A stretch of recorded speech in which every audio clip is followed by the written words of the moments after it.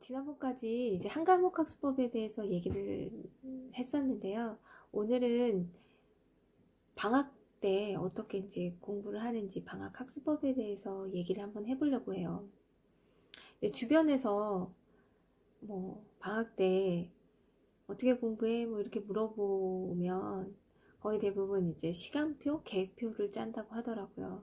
그리고 이제 여러 영상을 봐도 이제 방학 때는 나태해지고 싶고 뭐 그렇기 때문에 이제 시간표를 잘 짜는 게 중요하다 뭐 이런 얘기를 많이 하시는 것 같아요. 이렇게 되게 구체적으로.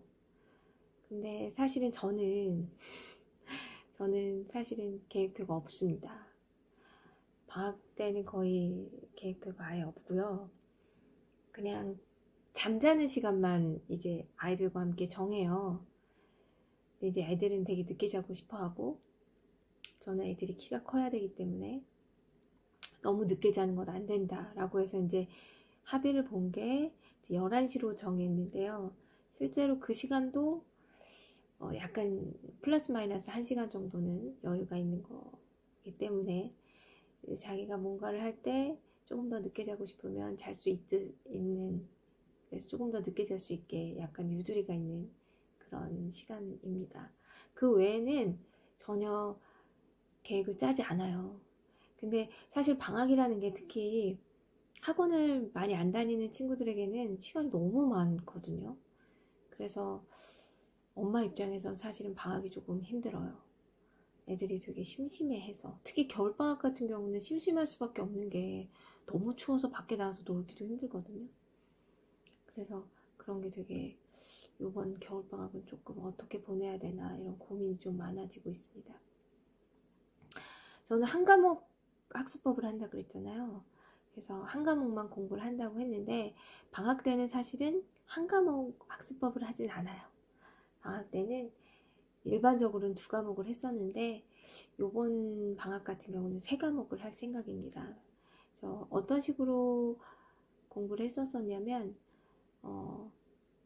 한 과목은 한 과목 학습법으로 똑같이 이제 세 과목 국어, 영어, 수학 그 분량 중에서 자기가 원하는 거를 하나 정해서 한 과목만 다른 과목 공부를 대체할 수 있게 하는 공부법은 그대로 하고요. 이제 방학 때는 몇 번 하는 게 뭐가 있었냐면 이제 아이들에게 하고 싶은 공부에 대해서 좀 물어봐요. 거의 대부분 뭐 없다고 말을 하겠지만 그래도 안 그러면 네가 제일 싫어하는 거 엄마가 막 시켜버린다 이렇게 하면 아이가 그래도 자기가 조금이라도 그나마 나은 과목을 조금이라도 해보고 싶은 과목 얘기를 해요. 근데 이번 겨울방학 때는 둘 다 과학을 하겠다고 얘기를 하더라고요. 그러면 이제 그걸 어떤 식으로 공부를 하냐면 하루에 30분을 합니다. 하루에 30분을 하는데 공부 방법은 자기가 마음대로 할 수 있어요. 물론 문제집은 사줘요. 문제집이 또 어떨 때는 또 풀고서는 뭐 다른 걸 바로 할 수 있으니까 간단하기도 하죠. 근데 문제집을 풀어도 되고 이제 과학에 관련된 어떤 영상을 봐도 되고 그 다음에 예전에는 우리 딸내미 같은 경우는 한국사를 좀 좋아했어요. 그래서 한국사에 관련된 그 조선시대라든지 고려시대에 관련된 드라마를 봐도 되고 드라마를 이제 30분 이상만 보면 돼요. 영화를 봐도 되고 또 삼리서 강의를 들어도 되고 지니스쿨이라고 보면 유튜브에 되게 재미난 영상 많이 있거든요. 과학에 대해서. 그래서 그런 지니스쿨 그런 걸 봐도 되고 과학도 마찬가지예요. 뭐 과학에 관련된 거라면 어떠한 영상을 봐도 돼요. 그래서 꼭 과학이 아니더라도 수학을 해도 돼요. 이거는 왜냐면 자기가 좋아하는 공부 거기 때문에. 그래서 수학 같은 경우는 어떤 것도 가능하냐면 문제적 남자 있죠. 그래서 저희 딸내미는 수학도 했었는데 문제적 남자 있죠. 그런 걸 봐도 돼요. 뭐 영상 되게 많잖아요. EBS에서 하는 그 뭐였죠? 수학과 문명 뭐 이런 영상을 봐도 되고 또 약간 IQ 테스트 같은 그런 거 있잖아요. 뭐 퀴즈 코리아다라든지 갑자기 용어 그 프로가 생각이 안 나네요. 아무튼 뭐 퀴즈 코리아나 뭐 이런 데 보면은 되게 많거든요. 그런 거. 그리고 이번에 이제 과학을 신청을 했기 때문에 과학에 관련된 거는 뭐 코코보라, 그 다음에 뭐 교양만두, 뭐 이런 거에서 과학에 관련된 내용이면 다 괜찮아요. 저희는 사실은 유튜브를 정말 많이 활용을 하거든요, 공부에. 그리고 정확히 이렇게 공부하고 연결이 없더라도 약간 생각을 할 수 있는 프로라면 저는 무조건 다 오케이예요. 그래서 뭐 수학을 선택하면 뭐 문제적 남자라든지 약간 그런 내용, 그 다음에 이제 역사와 사회를 선택을 하게 되면 옛날에 책 읽어드립니다. 뭐 거기에 나오는 그런, 거기에 나오는 거는 다 사회와 연관이 된다고 해서 책 읽어드립니다. 그거는 다 봐도 돼요. 그러니까 거기를, 그런 프로를 30분 이상만 보면 오케이 된 거죠. 그래서 이런 식으로 방학 때는 자기가 좋아하는 과목을 하나 골라서 그거에 연관된, 거의 뭐 유튜브 신청을 많이 하는데 유튜브 신청을 해도 되고 책을 읽어도 되고 문제집을 풀어도 돼요. 어쨌든 30분 정도, 그러니까 유튜브나 영상을 보는 건 30분 이상만 보면 되고요. 그 다음에 이제 문제집을 푸는 거는 한 4바닥 정도 뭐 이렇게만 풀면 됩니다. 그거 선택은 자유예요. 그래서 그런 식으로 좀 자유롭게 공부를 하게 하거든요. 근데 제 엄마들이 생각할 때는 그렇게 공부를 하면 이게 효과가 있나 이렇게 아마 반문하실 텐데요. 제가 느끼기에는 정말 효과가 좋아요.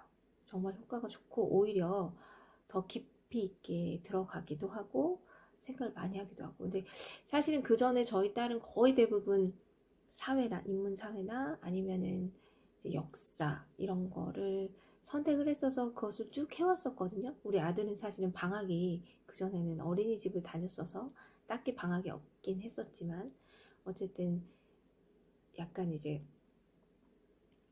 그런 걸로 해서 되게 이제 깊이 있게 했었어요. 네, 어린 시절에 잠깐 말씀을 드리면, 아이고, 한 과목 학습법으로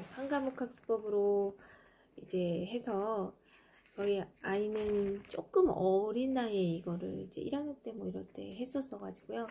여기 보시면 2학년 때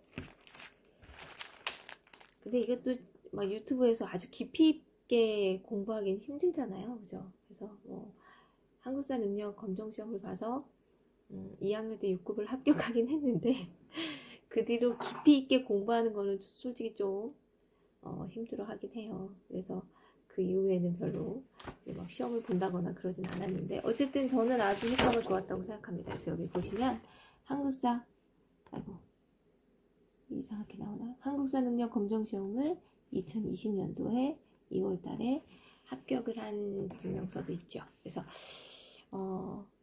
방학 때는 그렇게 자기가 원하는 공부를 좀 자유롭게 시키고 있어요. 그리고 그 분량은 되게 최소로 하거든요. 이제 많이 하지 않고 조금 해요. 그래야 얘가 접근이 쉽고 그렇게 해야 이제 자유롭게 할 수 있다고 생각을 해서 되게 이제 시간도 짧게 잡는데 실제적으로는 애들이 보다 보면은 막 뭐 영어 같은 경우는 2시간 막 이렇잖아요.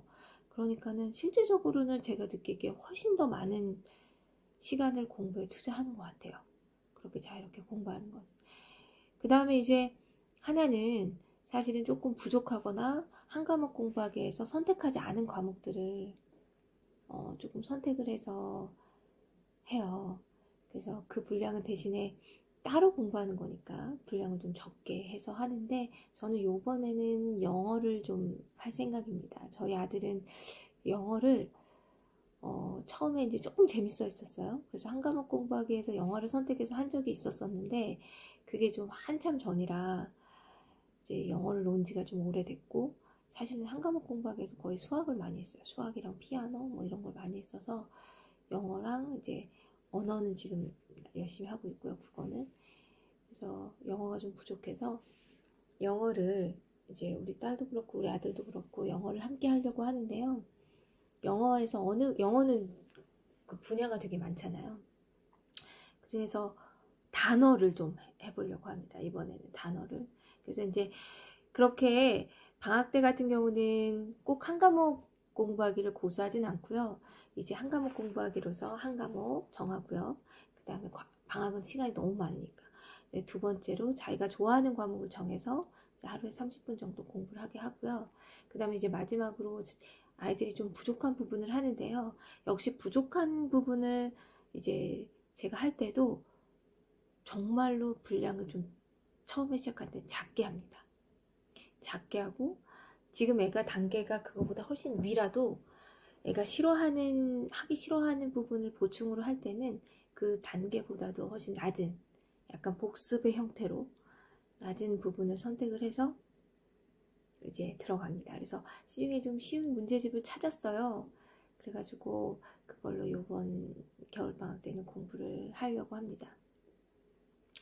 다음번 영상에서는요, 이제 겨울방학을 알차게 보낼 수 있게 어떻게 이제 조금 공부는 이제 그 정도 하지만 이제 그거 말고 알차게 보내려면 이제 노는 것도 중요하잖아요. 그래서 저는 항상 방학이 들어가기 전에 보드게임 같은 거를 몇 가지 좀 사요. 원래 저희 집은 이제 보드게임을 워낙 많이 해서 보드게임 종류가 정말 다양하게 있거든요. 그래서 보드게임이 학습에 도움이 되는 보드게임도 너무 많아서 그것도 잠깐 이제 설명을 다음번엔 드리도록 하겠습니다. 지금까지 시청해주셔서 감사합니다.